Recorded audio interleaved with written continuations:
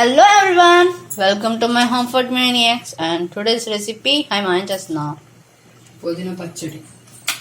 నువ్వులు 2 టీ స్పూన్లు, మినపప్పు 1 స్పూను, పచ్చెనగపప్పు 1 స్పూను, 1 స్పూన్ ధనియాలు, జీలకర్ర 1 స్పూను. ఇవన్నీ వేయించుకోవాలి. ఎంతవరకు వేయించుకోవాలమ్మా? లైట్ బ్రౌన్ వచ్చేంత వరకు 1 స్పూన్ ఆయిల్ వేసుకొని వీటన్నిటిని కలిపి వేయించుకోవాలి. సో వేగిపోయినాయి కదా, వాటిని తట్టలోకి తీసుకోవాలి.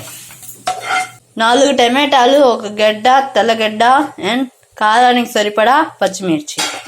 సో నెక్స్ట్ అదే బాండీలో 2 స్పూన్లు ఆయిల్ వేసుకొని టమాటాలు అండ్ పచ్చిమిర్చికి చిలుకలు వేసుకోవాలి. టమాటాలు పచ్చిమిర్చిని, చిన్న నిమ్మకాయ సైజు అంతా చింతపండు వేసుకొని వేయించుకోవాలి. అండ్ అలాగే అందులోకి 1 కట్ట పుదీనా. అవునమ్మా, ఈ పుదీనా పచ్చడి చేసేది కదా, మళ్ళీ ఏంది అది? అంతకుముందు ఎండుమిరపకాయలు వేసి పచ్చడి చేసాము. ఈసారి పచ్చిమిరపకాయలు, నువ్వులు, పచ్చెనగపప్పు, మినపప్పు అన్నీ వేసి పచ్చడి చేసుకుంటే బాగుంటుంది. సో మీకు ఆ పచ్చడి కావాలంటే డిస్క్రిప్షన్లో లింక్ పెడతాం, చూసుకోండి. సో నెక్స్ట్ ఇందులోకి 1/4 టీ స్పూన్ పసుపు వేసుకోవాలి.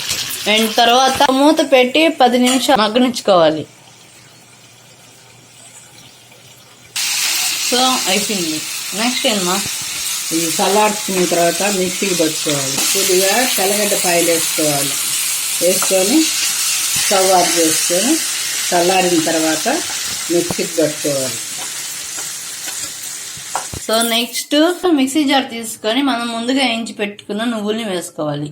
పేస్ట్ చేసుకున్న దాంట్లో మగ్గనిచ్చినవి వేసి పేస్ట్ చేసుకోవాలి. తిరగమాతకి నూనె వేసుకొని అందులోకి జీలకర్ర, మినపప్పు, ఆవాలు వేసుకోవాలి. అండ్ అలాగే అందులోకి పచ్చెనగపప్పు వేసుకోవాలి, ఎండుమిరపకాయలు వేసుకొని వేయించుకోవాలి. అవి చిటపట అన్నాక అందులోకి కరివేపాకు వేసుకోవాలి.